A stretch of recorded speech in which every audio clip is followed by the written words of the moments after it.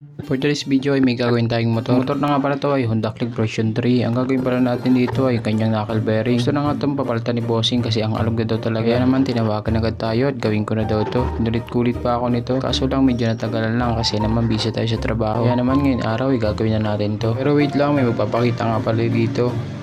Shoutout nga pala sa inyo, Boss Eiko.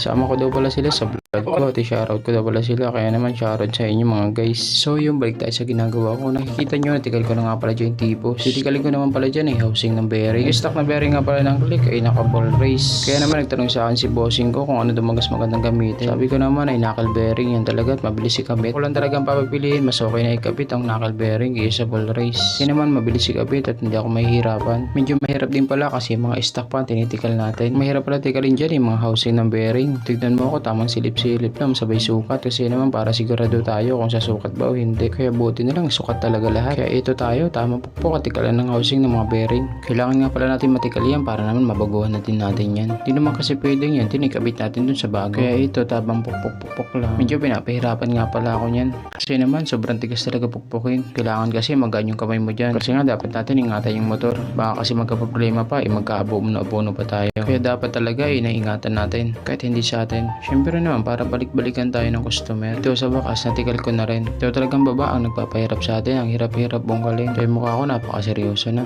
Kanina pa ako dyan. Sipat ako ng sipat sa ilalim. At yun sa wakas nagpatikal na rin. Silip ko rin pala sa inyo para makita nyo kung saan nanggaling yung mga tinikal natin. Kaya naman dito ay talagang nagagrasa na tayo at kakabitan natin yung bagong housing ng bearing. At dito nga pinupunasan ko muna bago ko ikabit yung housing ng bearing. Para naman maging malinis para maipasok agad natin itong housing ng bearing. Dito nga pala ay tamang pukpok lang at dapat pala ay bahagya lang pagpupukpok mo para naman hindi magka-damage yung housing ng bearing. Kasi naman sa magka-damage yan hindi natin maipapasok dyan yung bearing. Kaya dapat talaga ay dahan-dahan lang pagpupukpok mo hanggang sa lumubog na yan. Dapat nga pala ay pumantay nga pala yan dyan sa may lagay ng tipos. Pumantay na yun, okay na yan. Tapos dito naman tayo sa may ilalim. Dito nga pala ay mahirap din pala ikabit yung nasa ilalim na ito. Nga pala ay pares lang dun sa itaas. Kailangan punasan para naman pumasok agad. Pero ang totoo mas madali talaga ikabit yung nasa itaas. Kasi naman bababa ang pukpok mo kaysa dito sa ilalim pataas ang pukpok mo. Kaya nga ni kinakailangan talaga sa pinanto. Kasi naman medyo matigas pukpukin nito. Kaya medyo malakas dapat ang pukpuk ang gagawin natin dito. Sa pagkakataon na ito may naisip akong paraan. Inalis natin housing ng bearing. Iyon natin ipapampukpok natin at yung papansapin natin. Para naman pumantay at lumubog talaga yung housing. Para natin mapadali yung ginagawa natin. Pagkatapos ko ngayon ito na pala yung titikalin natin. Isa pa rin pala ito sa housing ng bearing. Pinakababa sa may tipos. Dito talaga ako nahirapan kasi sobrang tigas nito. Kasi sinasabing stock to stock. Kaya naman sobrang tigas talaga pukpukin. Pero okay lang nga pinapaikot-ikot ko lang para naman matikal talaga. Sa pagkakataon na konti-konti lang natitikal at yun natikal na natin. Sabay salpak na rin ang bagong knuckle bearing. At dito nga nagtataka ako bakit angat ng konti hindi naswak. Yun pala kailangan talaga lagyan ng grasa. Bago nga pala ikabit yan lalagyan talaga dapat yan ng grasa. Yun gagamitin din natin yung housing ng bearing para naman maglubog ito. At kita nyo naman talagang effective talaga yung ginagawa natin. Para sa knuckle bearing talaga naman nagswak agad. Pagkatapos natin nun ilalagyan natin yung grasa itong tipos. Talaga naman para smooth na smooth yung pagpasok natin dito. Diyan nga talagang dinadamihan ko yung paglagay ng grasa. Kung sakali naman pasukin ng tubig hindi kakalawa yung barabasta. Para natin may tibay yung knuckle bearing natin. Pagkatapos nga pala dyan ipantaas na bearing naman ang pinapalamanan natin yung grasa. Dito talaga kung nakikita nyo tinadamihan ko talaga yung paglalagay ng grasa. At syempre pagkatapos natin ay kakapitan natin itong tipos ng Honda Click 125. At dito nga pagsalpa ko medyo nahihirapan ako. Naman binago ko yung anggulo ng manubela. Pagkatapos yung salpak ko naman ulit para naman maikabit na natin to. Pagkatapos ko para may salpak yung tipos naglagay na ako ng bearing sa taas. Nilagay ko na rin yung nut para di naman ako mahirapang masyado. Kasi sa paggagawa nito ay kailangan talaga ng helper. Pero alam ko sarili ko nakakayanin ko to. Kasi wala naman tayo ibang asang kundi sarili ko. Kasi sa paggagawa nito talagang prosigido tayo. Kasi talagang kwarta na naman to. At dito kung nakikita ninyo may saklob talaga yung gauge niya. Sensitibo talaga yung may-ari niya kaya naman tinapandungan na natin. Pero ganoon talaga kapag nabibilid ang panel gauge ng Click ay nagkakaitim sa gitna. Kaya naman pinapandungan ko at iniingatan ko talaga yan. Para din hindi nakakaya din sa may-ari. Para natin proven tested siya sa ginagawa natin. Kasi totoo ngayon lagi akong pinapagawa niya sa motor niya. O nga doon si Ranico niya. Kaya kayo anong hinihintay niyo? Pasira na kayo sa akin. Ito na isalpa ko na pala. Kaya naman maglalak na ako ng nut niya. At dito kung nakikita nyo ipinupukpo ko lang gamit ang flat screw. Sa totoo kasi niya wala pa tayong proper tools para dyan. Kasi naman kung bibili ako ang mahal-mahal kasi babayad sa akin soft drinks lang.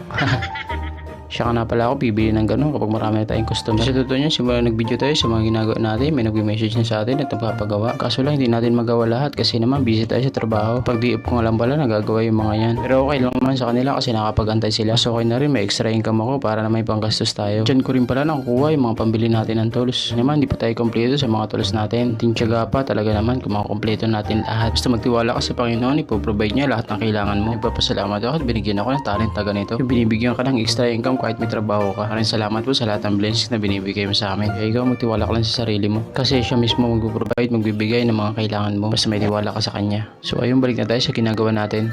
Pagkatapos ko nga pala magtiwala sa kanya, nakikabit na natin tong tipos. Ito nga kinakabit ko ng manubela. Medyo nahihirapan nga pala ako dito kasi naman naririnig ako nagkakanta habang nabubuhay sa Uber ako. Dito nga pala kinakabit na natin yung lock ng manubela. Lusot ko pala dyan yung nut niya sa likod. Kailangan natin siguraduhin na nakakabit yan. Kasi pag hindi talaga naman hindi pantay pagliliko mo. Imbes pumunta ka sa kanan, pupunta ka sa kaliwa. Kaya naman dito pinabay tools ko na. Para naman siguradong lock na lock talaga. Kaya naman nasa manubela, safety ng tao. At double check tayo. Pagkatapos ko palang mailak, tinignan natin kung kalug pa o hindi na. At yun talagang wala nang mga kalug-kalug pa. Kaya naman sunod natin gagawin, lalagyan na natin yung tapaludo niya. Pagkapit nga pala ng tapaludo ay may 3 tornilyo lang naman yan. Basic na yun sa atin. Ang hindi basic sa atin dyan, sobrang init. Pero wala tayong magagawa kasi medyo pinipistuhan natin. Ang magagawa lang natin dyan, bilisan na natin sa paggawa. Kaya naman sa pagkakataon ito, ginamitan natin ng power tools para pabilis yung ginagawa natin. Pagkatapos ko nga pala yun, double check ko pa rin talaga yung manubela kung talagang kalug na o hindi pa. Pero bago ang lahat, ikabit natin yung mga tornilyo ito. Kailangan pala natin isa-isahin, ibalik yung mga tinigal natin dyan. Kinalis ko nga pala dyan yung lagay ng cover sa may unahan. Pag hindi natin kasi kinalis yan, talagang sagabal yun sa pagkabit natin ng knuckle bearing. Kaya kailangan kalas yan bago ikabit yung knuckle bearing. Siyempre pagkatapos natin ikabit yung knuckle bearing, pagkatapos natin dyan, ilalagay na natin mga tornilyo natin yan. Para natin maibalik na natin yung cover sa may unahan. Kasi naman tapos na tayo dyan sa pagkabit ng knuckle bearing. Kaya naman susunod ay kakabit natin yung flaring sa may unahan. Dapat nga pala sa pagkabit ng mga tornilyo ito ay talagang higpit din. Kasi once na pag-vibrate yan, ay talagang kakalas yung mga tornilyo kapag hindi higpit. At ito nga yung brake hose na inaayos natin. Nabalik ko pala yung sinasangatan yan. Kasi naman sobrang liit niya, baka makalimutan ko pa. Baka magalitan ba tayo ng may-ari, bakit kulang. At dito tapos na nga pala, piniplex ko na. Charot lang, ipapakita natin ito yung pagkabit ng gulong. Tapos nga pala maikabit ng tapaludo, yung gulong naman gagawin natin. Kailangan talaga ikabit yan, alangan man hindi. Pwede natin kinabit, talaga invisible yung gulong natin sa unahan dyan. Dito, axle nga pala yung pinapasok ko dyan. Siyempre pagkatapos natin ikabit yung gulong, headlight naman ang kakabit natin dyan. Headlamp pala, walang light. Sa pagbungkal nga pala yun, napakahirap. Pero sa pagbalik, napakadali na lang. Pero talaga napakahirap pagbungkal ng click. Kasi naman may mga lock nga pala yan sa mga cover niyan. Kaya doble ingat ka kasi may posibilidad na maputol yan. Kaya di nakagalitan ka pa na may-ari. At ito nga pala, patapos na tayo magkabit ng cover niyan. Kaya ito na lang, nasa may harapan, ikakabit natin dyan. Sa pagkabit nga pala nito, kailangan mo i-push lang. Kasi wala nga pala yung tornilyo. 3 lock lang ang nagpapalock dyan. Tapos yan, check na naman tayo kung kalug pa o hindi. Siyempre, kailangan din natin to is test drive. Talagang sure na tayo kung tama-tama na yung paggawa natin. Para walang masabi yung may-ari. Kailangan talaga i-test drive natin. At dito, all goods na nga pala, nag-ununohans pa tayo dyan. Kaya na, nang sigurado ko nang okay na, ibabalik na natin to, iikot na natin. Baka kasi magalitan pa tayo na may-ari. Baka naman sabihin, hindi na joyride na natin yung motor niya. Kaya paano, hanggang dito na muna tayo. Salamat nga pala sa tiwala at salamat din sa panonood. Like and follow and share na rin mga guys para sa susunod na mga video natin.